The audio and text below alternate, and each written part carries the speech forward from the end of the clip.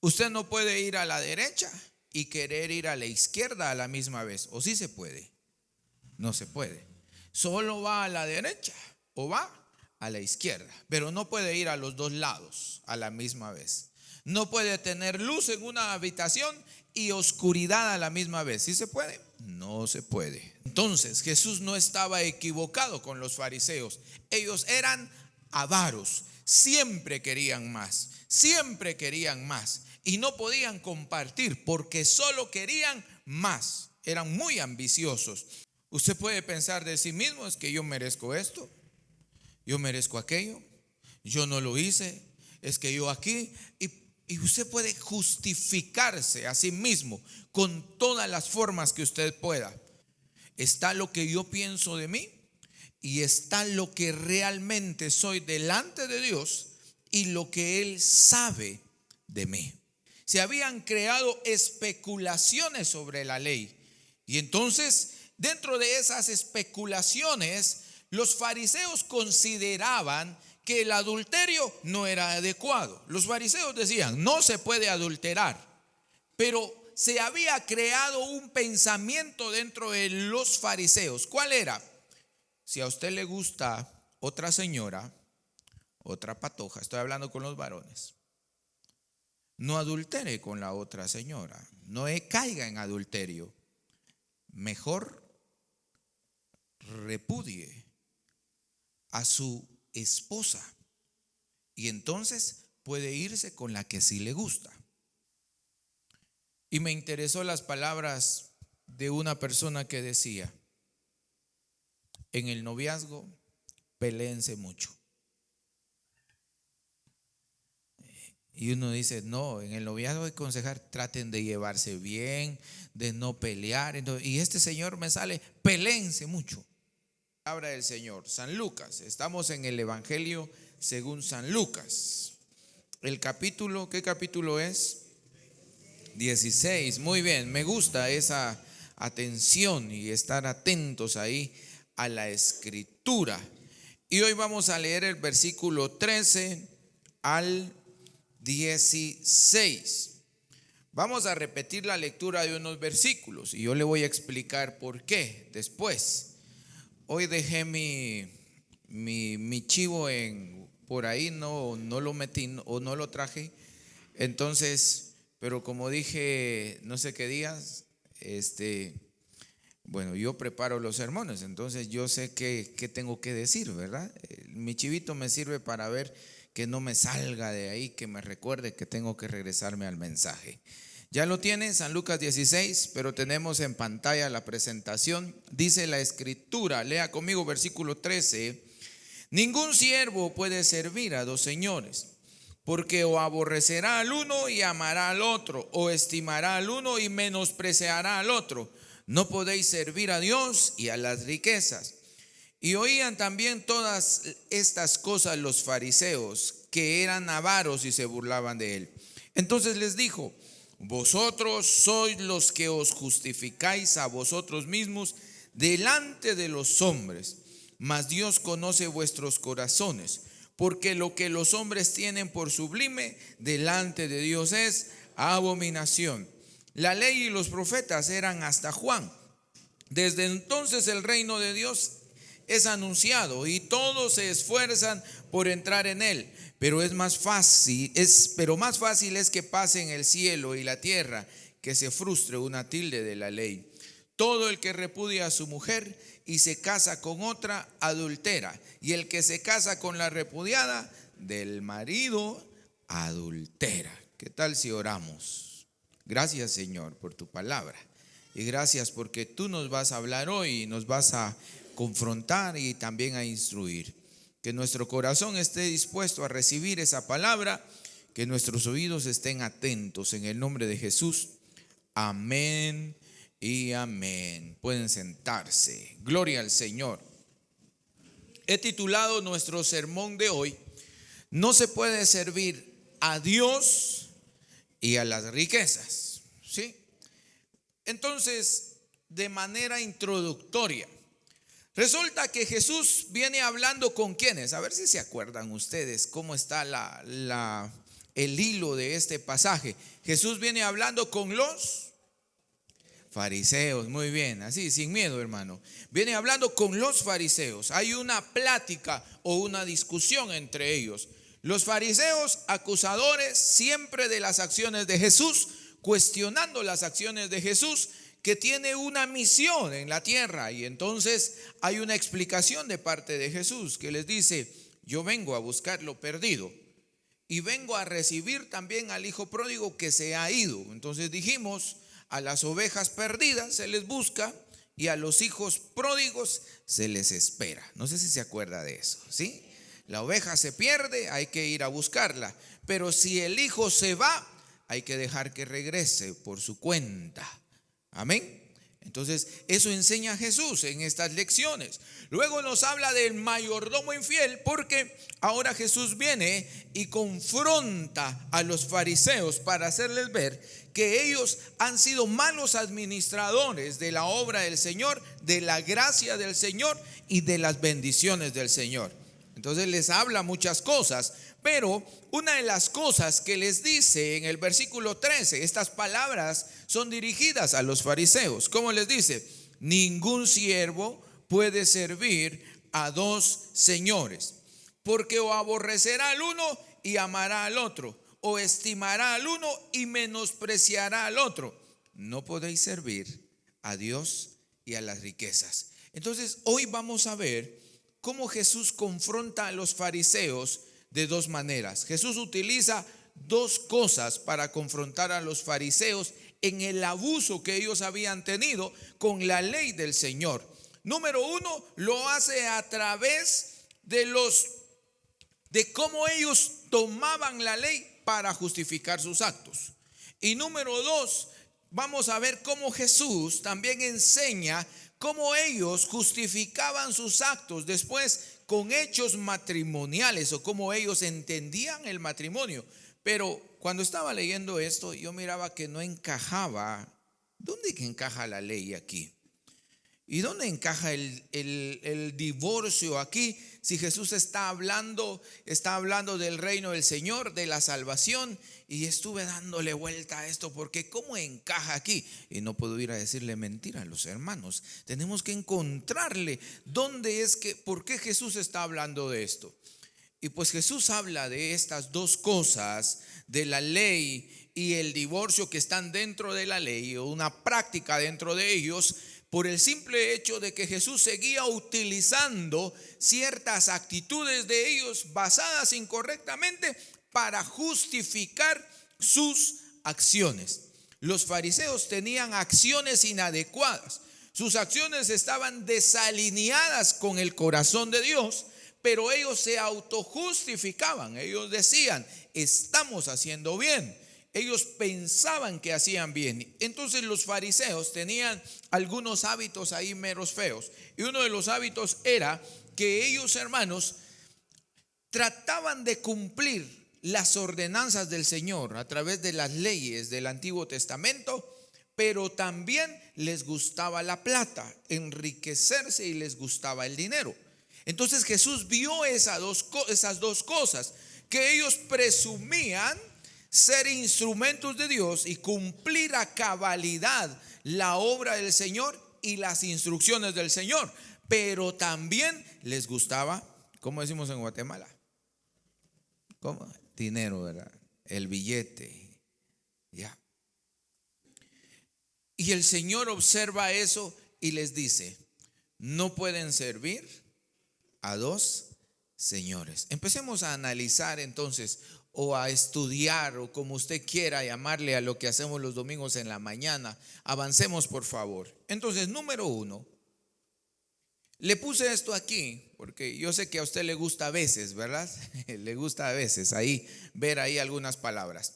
Este es el texto original, el versículo 33 en griego, ¿sí?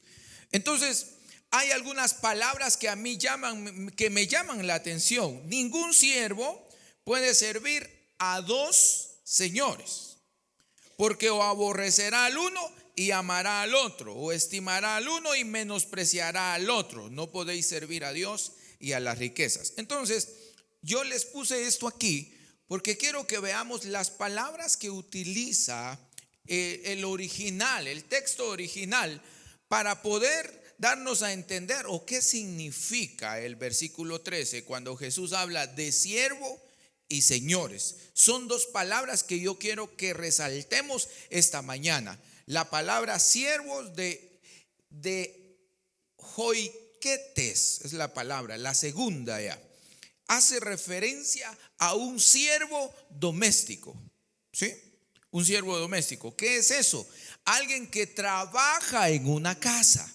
El siervo doméstico, cuando dice entonces la escritura, ningún siervo, esa palabra siervo que aparece ahí, es la palabra que se utiliza para referirse a alguien que está bajo el mando de otra persona. Ese siervo no es como lo entendemos nosotros, que el gran siervo del Señor, aunque esa es la misma idea, pero este lo utiliza de alguien que sirve en una casa. En el tiempo de Jesús existían los amos, que eran los dueños de las casas, pero también existían los siervos, que eran las personas que se encargaban de los asuntos de la casa, de limpiar, de atender a los invitados, de cuidar al ganado, de hacer los trabajadores que estaban sometidos a las ordenanzas del amo. Entonces Jesús dice, ningún siervo, pero la palabra es siervo doméstico, ningún siervo.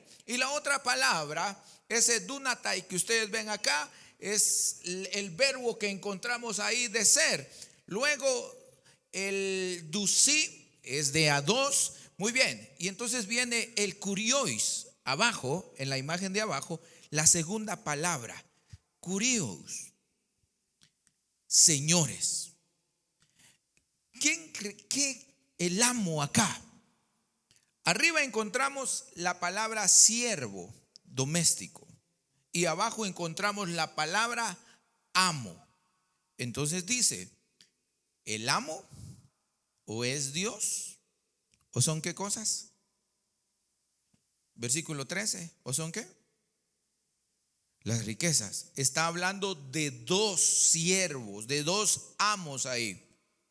Entonces Jesús está diciendo, cuando alguien está bajo el dominio de algo más, de un amo, este hace lo que dice el amo y se convierte en un siervo como el siervo doméstico. Aquí hay hermanitas que su trabajo es servir en algunas casas, ¿sí? Y en algún momento yo he hablado con alguno de ellos y me dice, es que no aguanto a mi patrona, que no aguanto a mi patrón. Son difíciles los patrones, así hablamos, o a mi jefe o a mi jefa. Que no he terminado aquí y ya me está diciendo que haga otra cosa. Que no terminé bien esto porque hacer otra cosa ya me viene a regañar. No hiciste bien esto y no hiciste bien aquello. Y tengo que hacer lo que dice porque si no me despiden, ¿sí?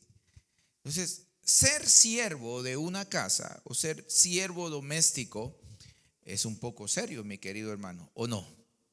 ¿Sí? Sí, ¿verdad? Es un poco serio o bastante serio, porque lo tienen a uno de aquí para allá, que haga esto, que haga lo otro. También hay amos que son muy diferentes, ¿verdad? Entonces tienen un trato distinto. Pero la experiencia de la mayoría es un trato bastante carga. Entonces Jesús dice, uno se puede convertir en siervo de dos amos, pero no puede ser así, dice Jesús.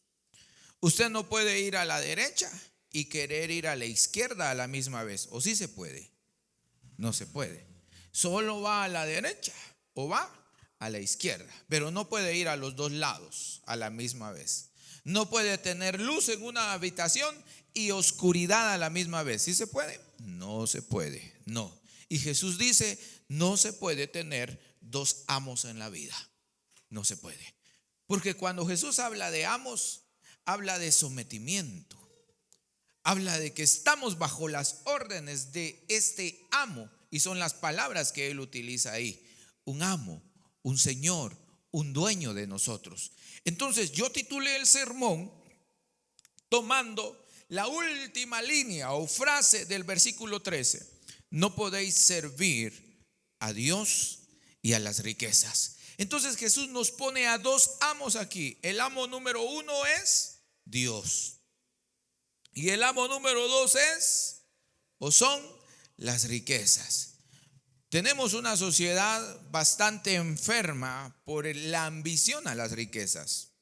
No estoy diciendo que no debamos trabajar y que no debamos tener proyectos, pero tener proyectos, tener metas en la vida no es lo mismo que ser ambicioso o codicioso o avaro, todas esas palabras que son sinónimas. Entonces, hermanos, los bancos nos cobran por todos lados cuanto interés se pueda, ¿sí o no? Sí, porque nos quieren sacar el jugo hasta el último pelo que le queda a usted, hermano. ¿Sí?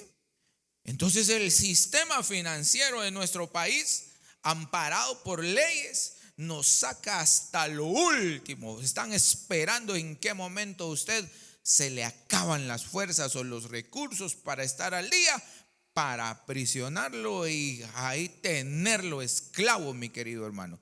Entonces tenemos un sistema financiero que está basado sobre sacar más, sacar todo lo que se pueda, todo lo posible. No todos los vendedores del mercado son igual, pero sí tenemos muchos vendedores del mercado que si le pueden meter a usted el producto hasta arriba, se lo meten, hermano. Y no hay problema para ellos, ¿sí? Porque el punto es ver cuánta economía podemos producir.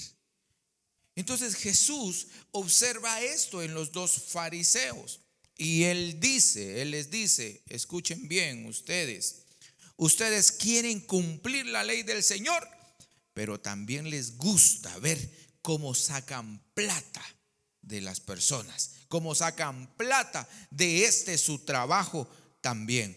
Y no se trata de eso.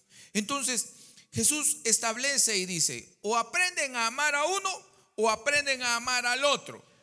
Versículo 14. Y oían también todas estas cosas los fariseos, que eran, ¿qué dice la escritura? Que eran ellos avaros, y se burlaban de él. Entonces Jesús no estaba equivocado con los fariseos. Ellos eran avaros, siempre querían más y no podían compartir porque solo querían más, eran muy ambiciosos. Versículo 15. Vosotros sois los que os justificáis. Avancemos por favor en la presentación. La justificación de sí mismos. Entonces hay dos cosas que yo quiero que aprendamos de la autojustificación. Porque los fariseos se autojustificaban y lo hacían de la siguiente manera. Los fariseos pensaban y decían que ellos eran siervos del Señor y que por cumplir la ley de Moisés tenían derecho también a tener unas finanzas bastante caudalosas. Y se aprovechaban de ahí también del pensamiento de que en el Antiguo Testamento Abraham tuvo plata. Job dice que era un hombre que tenía plata. Isaac tenía plata. Y todos ellos tenían dinero. Entonces los fariseos pensaban y decían: nosotros somos fieles cumplidores de la ley, merecemos también tener tanto como ellos. Pero eran avaros. Esa era la diferencia. Lo otro es que ellos olvidaban que los profetas, escuche bien, todos los libros proféticos, vaya usted a leer los libros proféticos y siempre le van a reclamar a los reyes, a los nobles de la ciudad y del pueblo, su explotación al pueblo del Señor. Tenían plata las familias nobles, tenían plata los reyes, pero el pueblo, cuando usted revisa el libro de los profetas, cada profeta tiene un reclamo y les dice: ustedes se aprovechan de mi pueblo, porque el pueblo no estaba en las mismas condiciones. Entonces los fariseos tenían el pensamiento de que ellos podían tener las riquezas que ellos desearan porque eran cumplidores de la ley. Entonces se autojustificaban de su cumplimiento de la ley para decir: por eso merecemos esto y más. Pero hay dos cosas que aprendemos de eso. Número uno, es que usted puede pensar de sí mismo lo que usted quiera. ¿Sí? Usted puede pensar de sí mismo, es que yo merezco esto, yo merezco aquello, yo no lo hice, es que yo aquí. Y usted puede justificarse a sí mismo con todas las formas que usted pueda. Es que yo soy aquí, es que yo siempre acá, es que yo lo otro acá. Y puede buscar, hermanos, una y otra excusa o una u otra forma de justificar sus acciones y de justificar su vida. Pero dice el otro pensamiento que tenemos aquí: está lo que yo pienso de mí y está lo que realmente soy delante de Dios y lo que Él sabe de mí. Los fariseos eran hombres que se autojustificaban. Ellos decían de sí mismos: merecemos el dinero, merecemos poder reunir dinero, y nos autojustificamos como siervos del Señor, porque solo se reían y se burlaban de Jesús y se autojustificaban. Pero Jesús los confronta, porque además del pensamiento que ellos tenían de sí mismo, está lo que Dios ve realmente de nosotros. Entonces, cada uno de los que estamos aquí puede tener un pensamiento de sus acciones desde una autojustificación. Es que yo pienso que esto de mí, es que yo digo que estoy haciendo esto por esto. Usted puede justificar cada acto de su vida como usted quiera, mi querido hermano, como usted piense que es. Pero Jesús trae una realidad y Él le dice a los fariseos: ustedes son avaros y ante Dios no pueden esconder lo que son. Porque el hecho que yo piense que mis acciones están siendo justificadas por mí mismo no significa que Dios las esté justificando y que Dios las esté aprobando y que Dios esté de acuerdo con lo que yo estoy haciendo o con la forma que yo pienso o me conduzco en la vida. Entonces Jesús agarra dos cosas. Avancemos, por favor. Jesús agarra dos cosas para poder ver este tema.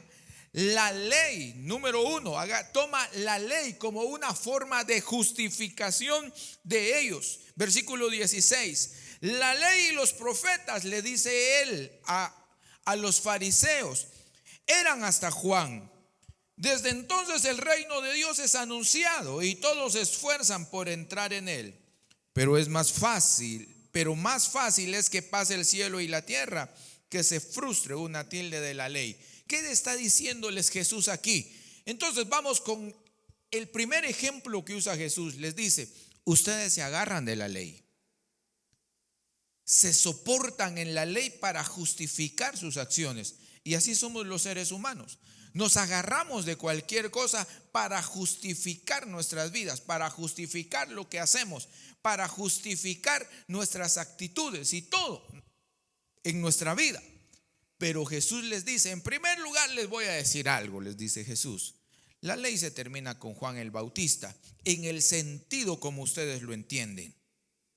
Eso les dice Jesús. La mala forma en que ustedes han entendido la ley, porque Jesús no está contradiciéndose, porque después dice que no se pasa ni una sola tilde de la ley. Bueno, entonces se acabó o sigue. Hay que preguntarle a Jesús.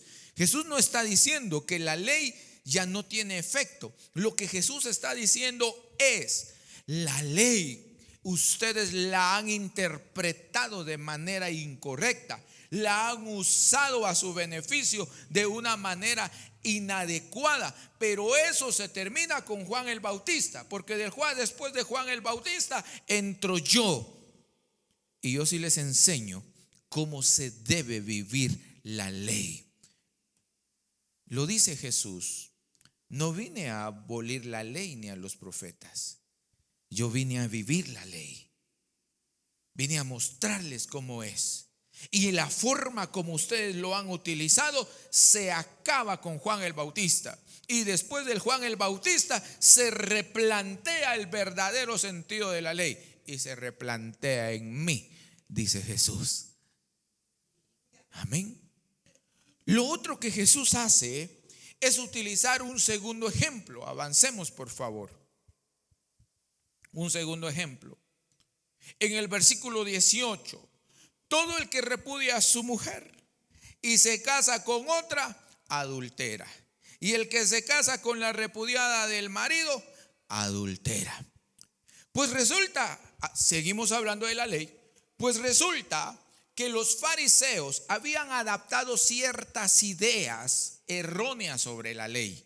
Se habían creado especulaciones sobre la ley. Y entonces, dentro de esas especulaciones, los fariseos consideraban que el adulterio no era adecuado. Los fariseos decían, no se puede adulterar, pero se había creado un pensamiento dentro de los fariseos. ¿Cuál era? Si a usted le gusta otra señora, otra patoja, estoy hablando con los varones, no adultere con la otra señora, no caiga en adulterio, mejor repudie a su esposa y entonces puede irse con la que sí le gusta. Esos eran pensamientos que estaban entre los fariseos relacionados con el matrimonio. Entonces Jesús les dice, ustedes, estamos hablando de la ley, ustedes han torcido la ley. Por ejemplo, en el lado del matrimonio, está diciendo Jesús. No hay otra forma de ver solo es un versículo dentro de todo el discurso de Jesús y tiene que ver con la ley. Entonces, este pensamiento, dejé mi chivo, les dije, pero hay 3 palabras que se utilizan, y ahí sí me sirve, fíjese porque se me olvidaron las 3 palabras. Hay 3 palabras que se utilizan en el Nuevo Testamento para hablar de una separación entre 2 personas que son pareja y unidas legalmente. Hay 3 palabras. Como no me acuerdo de ninguna, lo único que sí puedo recordar de la palabra es que en Lucas capítulo 16 y versículo 18, la palabra en griego que se utiliza aquí indica repudio. Otra palabra que se utiliza para divorcio o en ese sentido, como nosotros lo entendemos en el matrimonio, es el de separación. Y hay otra que es el dejar en libertad. Entonces, los fariseos se habían creado una idea de que las personas unidas en matrimonio podían separar ese matrimonio en cualquier momento de su vida. ¿Y cómo? Bueno, ellos decían que Moisés había autorizado que hubieran separaciones. Pero Jesús en otro momento les dice, sí, Moisés autorizó, pero autorizó por la dureza del corazón de ustedes. Pero en el principio eso no era así. Entonces Jesús los está confrontando. Les está diciendo, ustedes han manipulado la ley del Señor y la han usado a su antojo para poder satisfacer sus caprichos humanos. Eso dice Jesús a estos hombres. Todo el que repudia a su mujer. Resulta que en el tiempo de Jesús el divorcio, la separación no era tanto como el de nosotros hoy, porque hoy legalmente la separación es un acuerdo entre 2 personas que dicen ya no vamos a vivir juntos y ya no somos matrimonios, y legalmente, escucha el término que estoy utilizando, legalmente disuelven el matrimonio, así como firmaron legalmente, también lo disuelven legalmente. Romanos 7 habla sobre eso. Mateo habla también sobre el matrimonio, pero Lucas también está hablando en este sentido de cómo ellos habían torcido la ley. Entonces, en el sentido bíblico no era un acuerdo mutuo. En el sentido bíblico que estamos leyendo hoy, el repudio se daba de la siguiente manera.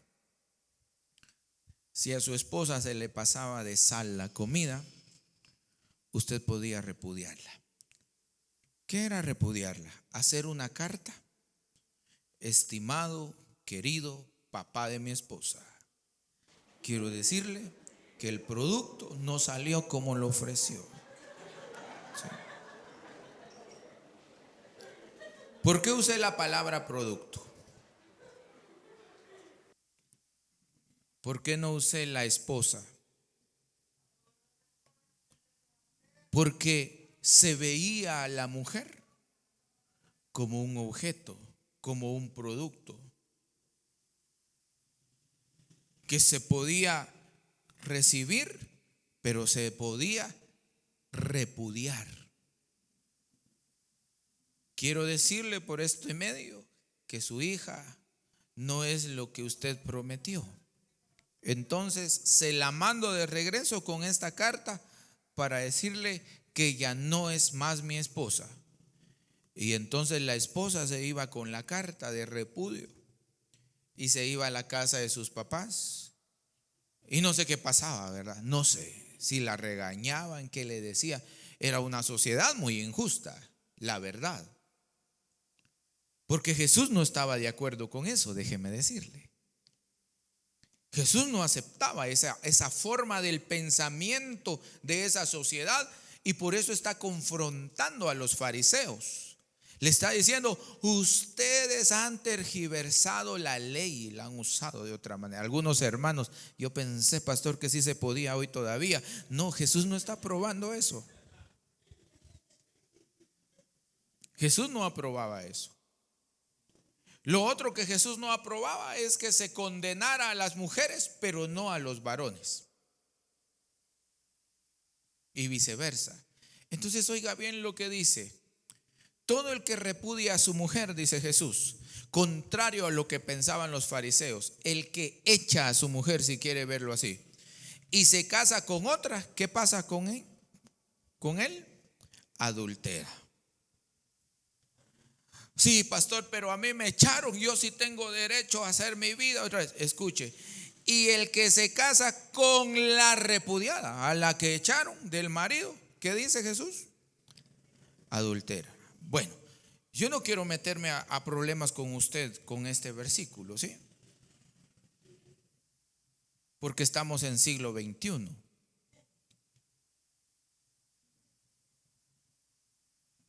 Y como me metí a este lío con usted del matrimonio, entonces vamos a tratar de salir bien de ahí. ¿Le parece? Salgamos en paz de este tema. Y no solo así. Las palabras de Jesús son muy fuertes. Son muy fuertes para el ser humano. Y los fariseos, por supuesto, que fueron confrontados fuertemente después del pensamiento que ellos tenían sobre cómo la ley los podía respaldar para autojustificarse y cómo Jesús viene ahora y les dice, ustedes están usando mal la ley. Por ejemplo, lo están usando mal de la manera en que piensan de los matrimonios. Pastor, ¿y entonces cómo es el asunto? Ya que nos metimos a este platito, salgamos del asunto. Las palabras de Jesús son claves en el otro pasaje, porque Jesús dice, la causa de la separación de un matrimonio es la dureza del corazón. No es otra razón. ¿Por qué la dureza del corazón? Por supuesto, porque un corazón duro que no es sensible, un corazón que está enfrascado en algo fuerte, que se ha metido en una caja fuerte, no puede tener sensibilidad para poder trabajar. Jesús dice, los matrimonios en el inicio se establecieron para que no se disuelvan nunca hasta el tiempo de la muerte. Eso dice Jesús. Entonces muchas hermanas están preguntando ahorita, a ver, pastor, a ver, usted me está diciendo que yo debo aguantar a mi esposo que me somate todos los días hasta el fin que la muerte nos separe. No estoy diciendo eso. Pastor, usted me está diciendo que soporte a un esposo que me tiene sin comida, a mis hijos también, que nos tiene aquí en el abandono y todo y nada, y es mal esposo con nosotros. No lo estoy diciendo eso. Lo que estoy diciendo es que Jesús nos afirma y nos dice, los matrimonios pueden ser solucionables si hay un corazón accesible y que no esté duro Pero si el corazón de los seres humanos, como en el tiempo de Moisés, está endurecido por muchas razones.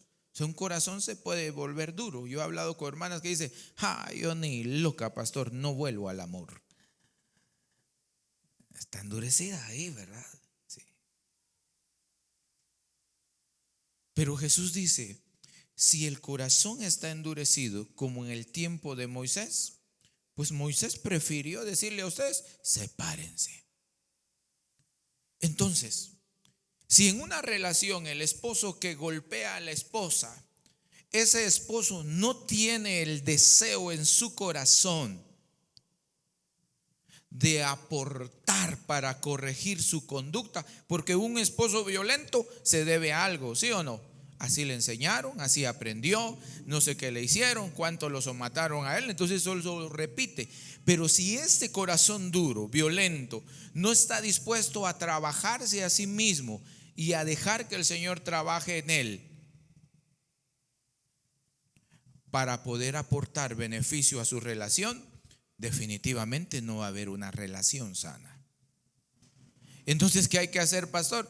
Si la está golpeando y malmatándolo, llame a la policía, que se lo lleven, que vaya a aprender que a las mujeres en el año 2024 no se les golpea en Misco.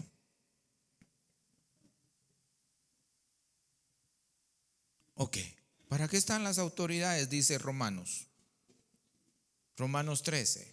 ¿Para qué están las autoridades? Para castigar al que hace lo malo. Lea más su Biblia, por favor. No, si la arrastró, si la amenazó: te voy a matar, te voy a matar. Pastor, ore para que no me mate. Vamos a orar, pero ahorita mismo se me va al ministerio público y le va a decir al juez o a la jueza: este señor dijo que me va a matar, va a matar a mis hijos, que va a matar a mi mamá. Porque hay hombres que hablan así. Sí. Mis queridos hermanos, tenemos que entender bien entonces lo que dice la Escritura. Si se separe, tiene condiciones de parte de Jesús. ¿Sí? Jesús nos anuncia en otro pasaje: si alguien dice cometió adulterio dentro de su matrimonio y su pareja lo quiere dejar, Jesús dice: está bien, déjelo. Así dice Jesús. A no ser por causa de fornicación, por causa de adulterio, está bien, déjelo. Pero dice que no se case más. Está serio el asunto. Están jóvenes y no se quiere, y eso de no que casarse otra vez, no, mejor arreglemos las cosas, ¿verdad, hermanos? Usted tiene que pensar si las decisiones son las adecuadas para la edad en que usted está. Hay muchos elementos. Leyendo un poquito sobre este tema, leyendo un poco sobre esto, hay muchas cosas que puede pasar. Usted ya está grande, pierde mucho o poco dentro de una relación. Usted está joven, hay muchas cosas que están en riesgo ahí. Los matrimonios y cada participante dentro de un matrimonio llega a un círculo de vulnerabilidad que no puede notar de dónde puede ser atacado y desde qué lado puede ser derribado. Por eso lo mejor, recuerdo las palabras de un consejero matrimonial antes que nos casáramos, que nos dijo: es mejor restaurar que partir en dos la carne, porque restaurar hay que sanar las heridas y hay que arreglar todo, pero partir un ser vivo en dos, algo que es una sola carne, partirlo en dos es mucho dolor, es una cicatriz mucho más grande, es una herida mucho más grande que es más difícil sanar. Entonces, muchas personas han encontrado paz separándose, sí, han encontrado, pero no vuelven a ser las mismas. Se entregan a otras cosas, tienen otro tipo de vida, sí, evaden muchas cosas dentro de su matrimonio, evaden varios temas dentro de su vida y se justifican en otras acciones. Agarran actitudes por aquí, por allá, se enrolan en nuevas cosas, porque estamos huyendo de aquella realidad que nos ha herido.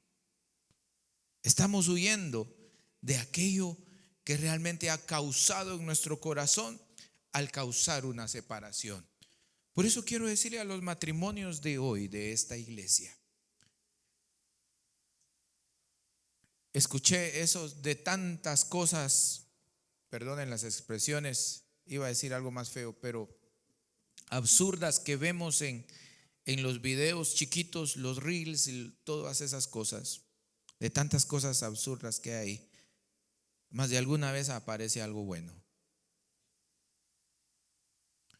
Y me interesó las palabras de una persona que decía: en el noviazgo, peléense mucho. Y uno dice, no, en el noviazgo hay que aconsejar, traten de llevarse bien, de no pelear. Y este señor me sale, peléense mucho. Peléense todo lo que puedan en el noviazgo. Cuanto pueda, peléense. Sí. Porque si ustedes aprenden a resolver en el noviazgo, van a aprender a resolver en el matrimonio. Porque lo que empieza a pasar en el matrimonio es que empezamos a tener choques, peleas, discusiones, empezamos a tener roces entre muchas cosas. Y en el noviazgo no aprendimos a resolver. Y cuando llegamos al matrimonio, seguimos sin aprender a resolver. A muchos nos ha pasado. ¿Sí? Entonces el consejo, procuren no pelearse, hombre, sí, peléese.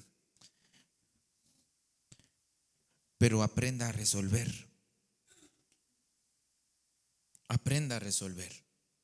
Porque si una pareja de novios no sabe resolver la pequeña crisis de celos porque estaba hablando con otra persona, si no sabe resolver eso, mucho menos va a resolver lo que le espera en el matrimonio. Hay que resolver ahorita. Y los que ya estamos casados, si no aprendimos a resolver en el tiempo del noviazgo, aprendamos a resolver ahorita. Resolver. Resolver significa desatemos el nudo. ¿Y cómo cuesta desatar un nudo? ¿O es fácil desatar un nudo? No. Resolver significa desamarremos esto, saquemos el nudo. Resolver no significa acusar, maltratar, condenar, juzgar. Resolver significa arreglemos este asunto. Y cuando no hemos aprendido a resolver, pues todo se va a estancar en la vida. Y lo único que haremos todos los días será evadir. Cuando uno es de novio, evade, no resuelve. ¿Qué hacen los novios? Evaden, no resuelven. La pareja se peleó en la noche, se vio un ratito. ¿Sí? Se peleó el fulano. ¿Sabes qué? Mejor me voy. Andate. Qué fácil, ¿verdad ustedes? Sí, se fueron. Al otro día se dan cuenta, ay, extraño su abrazo, ay, extraño su beso, extraño no sé qué. Porque hemos convertido las relaciones solo en cosas físicas y hemos sexualizado los noviazgos y las relaciones entre personas. Entonces, cuando ya sabe que le hace falta el abrazo y el beso, le escribe, hola.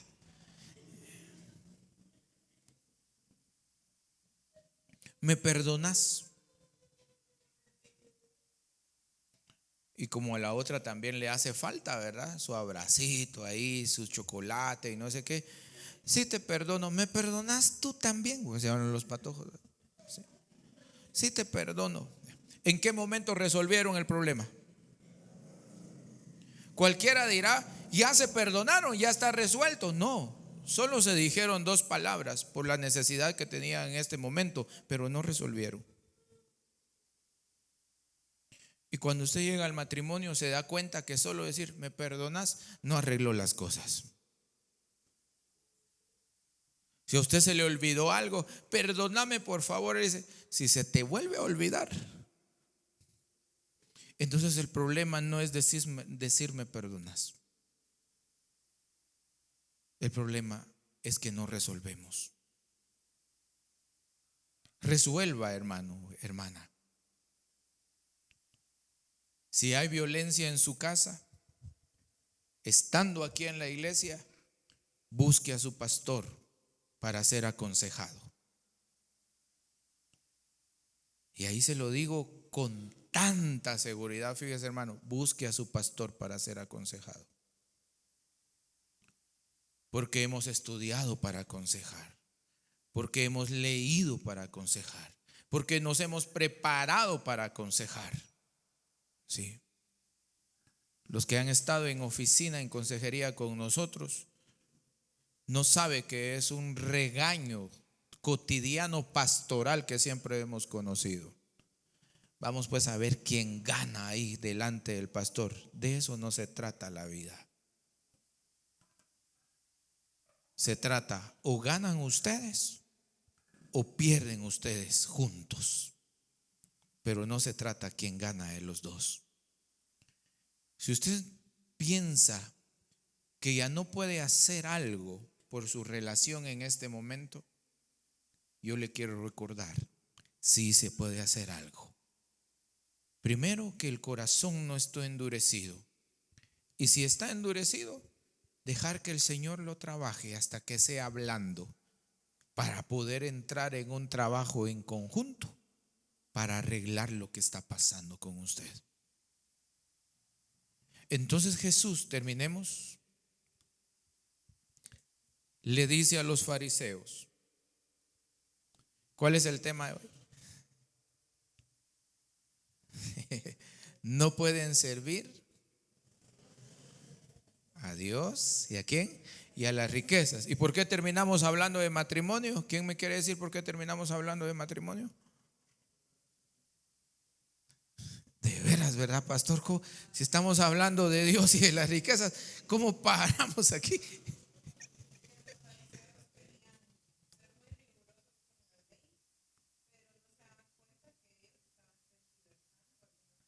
Muchas gracias. Porque Jesús le hace ver a los fariseos que en el tema de las riquezas, ellos estaban utilizando la ley para justificar su avaricia. Usaban la ley del Señor para justificar su avaricia. Y el Señor les confronta y les dice: ustedes se quieren agarrar de la ley para justificar su avaricia, así como han tergiversado también otros temas. Por ejemplo, el tema del matrimonio. Por eso hablamos de matrimonio.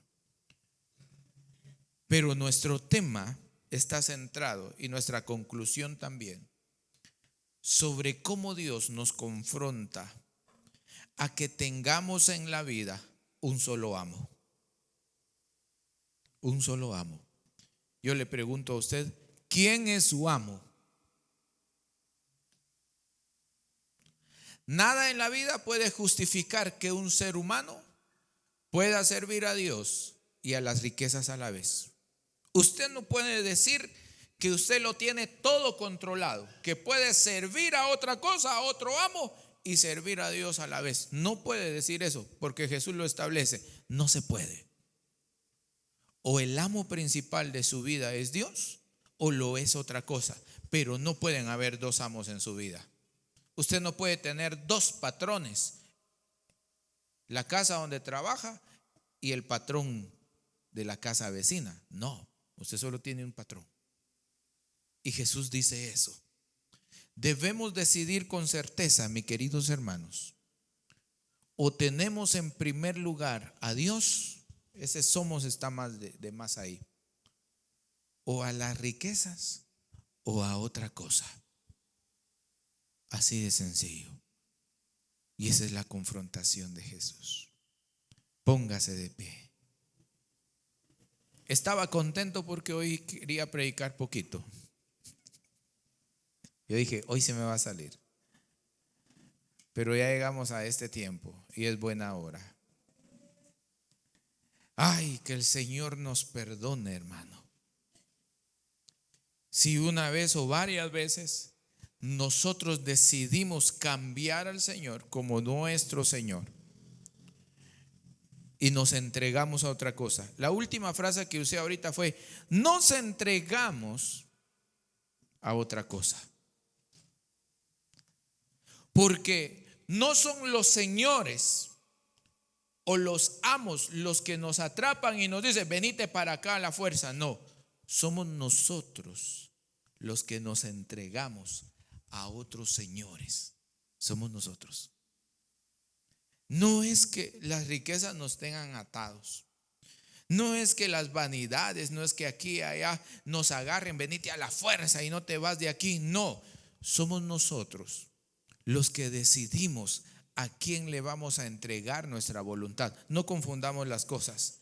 Ay, pastor, es que de verdad yo quisiera ya no servir a este asunto, salirme de ahí. Solo sálgase y véngase al lugar correcto a ser siervo del Señor. Porque es de decisión. Porque es lo que usted quiere hacer con su vida. Sí. Amos en este mundo y en este tiempo hay muchos, bastantes. Hay tantos amos en la vida invitándonos, pero solo nos invitan a decirnos: venite, servime a mí. Hay muchos amos: servime, ven, quiero que me sirvas. Pero que le convenga a usted, solo hay uno. Es Dios, su creador, su redentor. Decida amar a ese creador.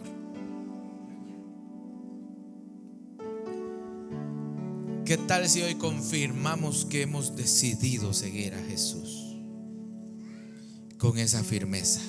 ¿Le parece?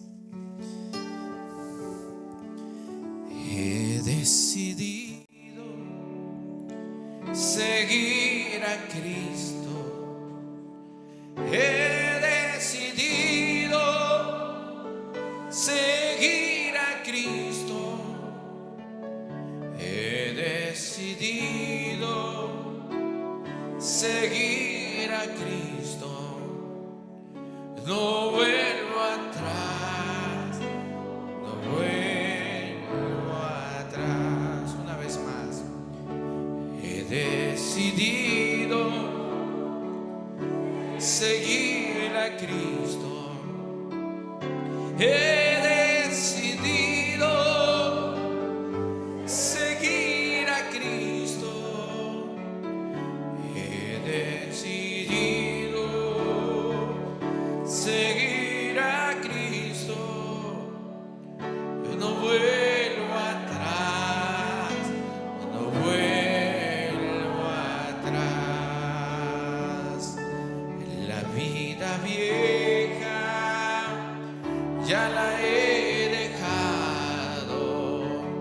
La vida vieja la he dejado.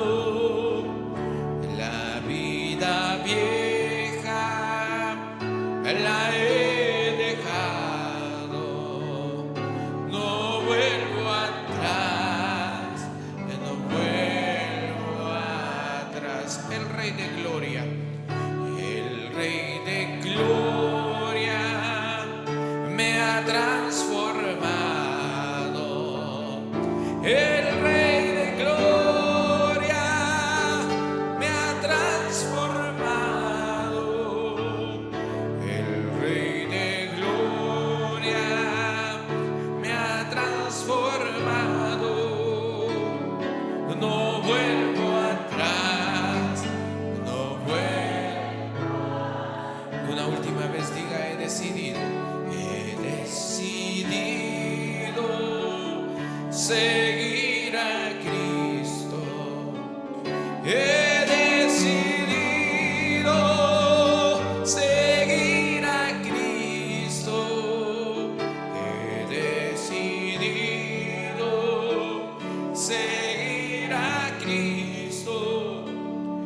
No vuelvo atrás, no vuelvo atrás.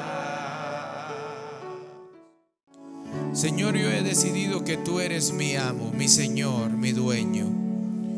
y voluntariamente he decidido entregarme a ti, Señor. Voluntariamente, sin presión de nada ni de nadie, sin que nadie me esté forzando, yo he decidido entregarme a ti.